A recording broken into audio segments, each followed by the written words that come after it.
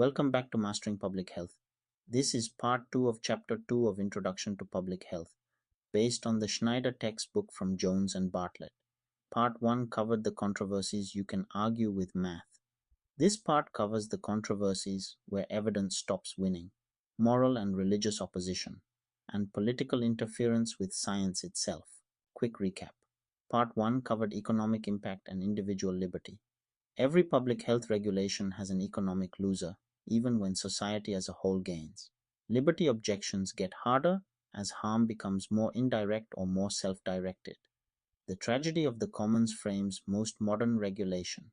Now we move to the controversies where evidence stops being the deciding factor. The third axis of controversy is moral and religious objection. It shows up most often around sex, reproduction, addiction, and end of life issues. The defining feature is that some groups refuse to even discuss the behavior, let alone study it. Evidence of harm reduction doesn't move the dial because the objection isn't about evidence. It's about values. Public health work in this space is usually about negotiating compromise, not winning the argument. The biggest flashpoint is sex education and contraceptive access.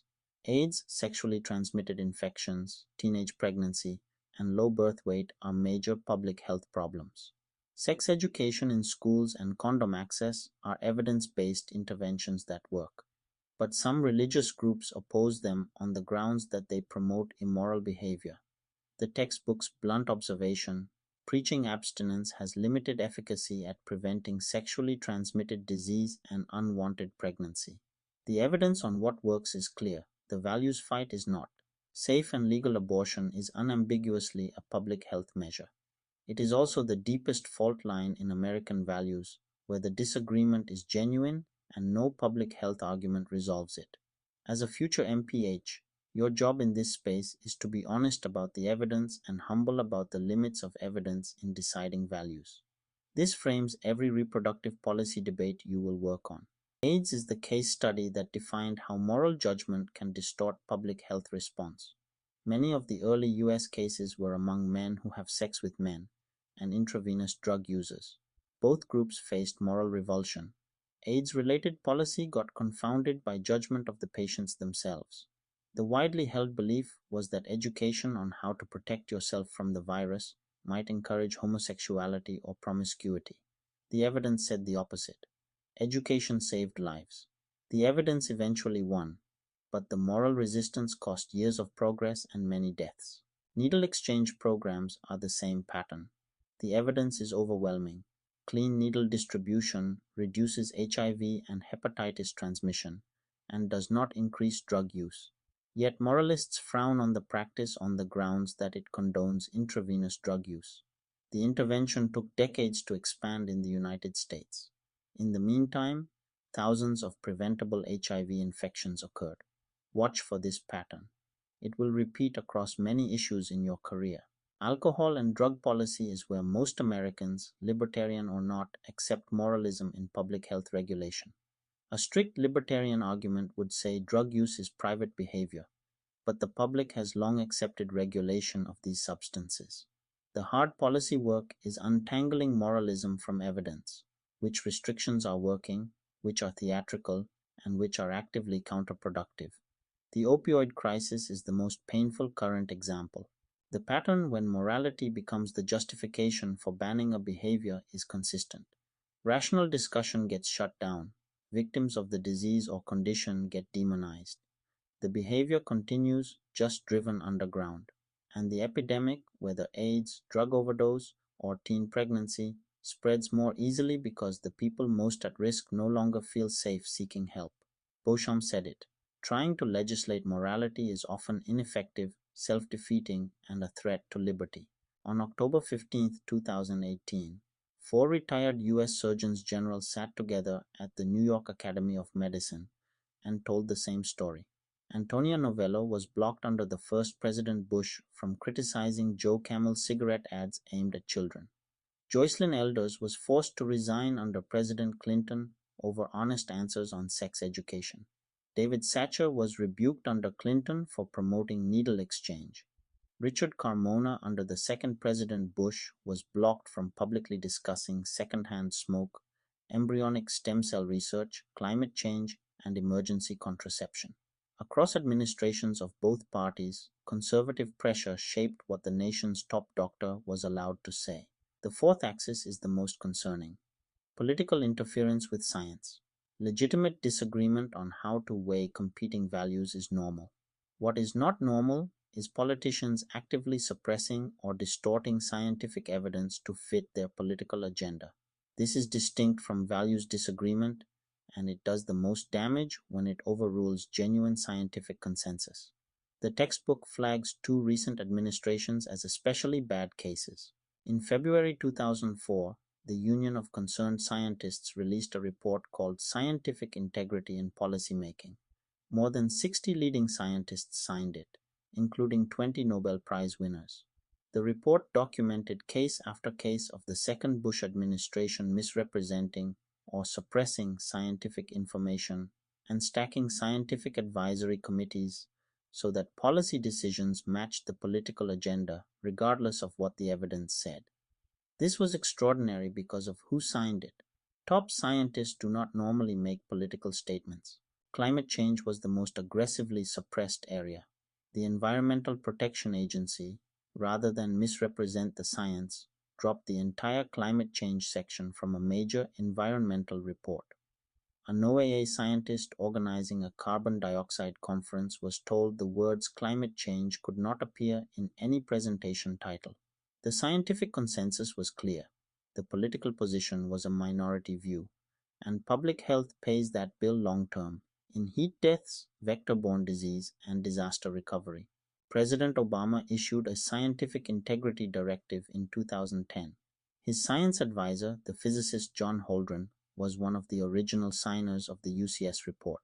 The Union of Concerned Scientists praised the directive, but flagged that it left enormous discretion to individual agencies on how to implement it.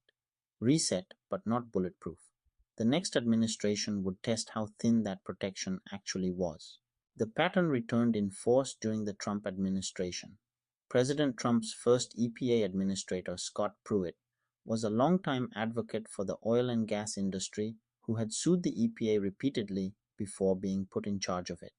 Pruitt publicly stated that there was tremendous disagreement on whether human activity drives climate change. There was not. Once installed, he set to work reducing the scientific community's influence over the agency. The most consequential proposal was the so-called Scientific Transparency Rule. On its face, it sounded reasonable. Only count research where the underlying raw data could be made public. In practice, it would have excluded vast amounts of legitimate science that uses private medical records, plus any older research where original data is no longer available. Air pollution rules, water quality rules, toxic chemical rules, all built on excluded science, all potentially reopened. Pruitt's replacement, Andrew Wheeler, announced in November 2019 the plan would move forward. The legal scholar Wendy Wagner described the transparency rule as politics going to a place that should be off limits. She compared it to the Indiana state legislature in 1897 trying to set the value of pi at 3.2 by law. You can pass a law that says pi equals 3.2. It does not change pi. The danger isn't whether the rule passed. It is that politicians felt entitled to decide which science counts in regulation. Wagner. Even if it doesn't become law, what worries us is that we got to this point at all. 5 things to walk away with. 1. Public health is controversial because it challenges values and demands sacrifice. 2. Costs are visible up front. Benefits are often delayed and invisible. 3. Moral objections are not an evidence problem and won't be solved by more evidence. 4. Politics overriding scientific consensus is the most dangerous failure mode. 5. Your job as a public health professional is to keep the evidence clear and the values honest, even when both are unwelcome. Pause and answer these 3 out loud. 1. Define market justice and social justice in 1 sentence each. 2. Explain the tragedy of the commons and how it applies to one modern public health issue. 3. Name 2 specific examples of political interference with public health science from the chapter. If you can do all 3 without checking notes, you have earned this chapter. This chapter feeds directly into your other courses. Health policy unpacks economic and political trade-offs in much more detail.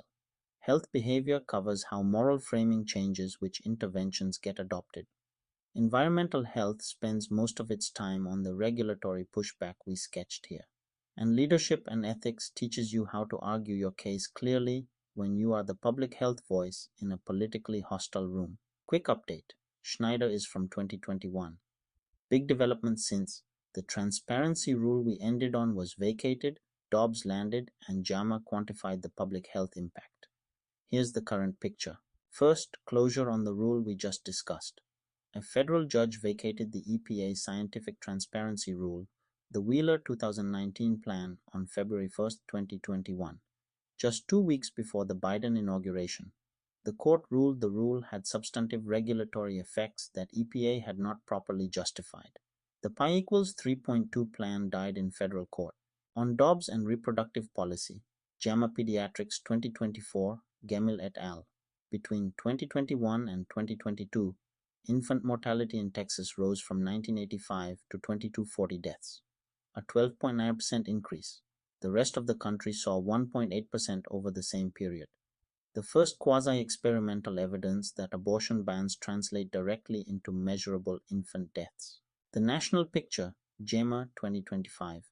Across 14 states with abortion bans, infant mortality was 5.6% higher than expected, about 478 additional infant deaths. Black infants saw an 11% relative increase. Population-level public health harm tied to a values-based legal change. Workforce ripples. ACGME data via PubMed Reviews 2023. States with the most severe abortion restrictions saw all residency applications fall 3.0% and OB/GYN applications fall 10.5%. Doctors are voting with their applications. The clinical pipeline shrinks where the policy hardens. Documentation of the political interference pattern during COVID. The House Select Subcommittee on the Coronavirus Crisis Report, October 2022, found Trump-era HHS political appointees attempted to alter or block at least 19 CDC MMWR reports between May and September 2020. They successfully altered or delayed at least 5, the pattern Schneider warned about on the record. The policy response. On January 12, 2023, the Office of Science and Technology Policy released the Framework for Federal Scientific Integrity Policy and Practice. Every federal agency now must designate a scientific integrity official. Every agency that funds or oversees research designates a chief science officer. Direct response to the COVID-era abuses. Last update. Guttmacher 2024 survey of 569 OB/GYNs nationally. 1 in 5 providers reported constraints on managing miscarriages and pregnancy emergencies post-Dobbs. In banned states, that climbs to 4 in 10. The legal restrictions are reaching beyond abortion into routine clinical care. That's Chapter 2. Next chapter, Powers and Responsibilities of Government. The legal foundation for everything we just argued about. Subscribe to Mastering Public Health for the full Introduction to Public Health series, plus walkthroughs of every other course in your MPH. Drop the controversy you find hardest to argue in the comments. I read them. See you in Chapter 3.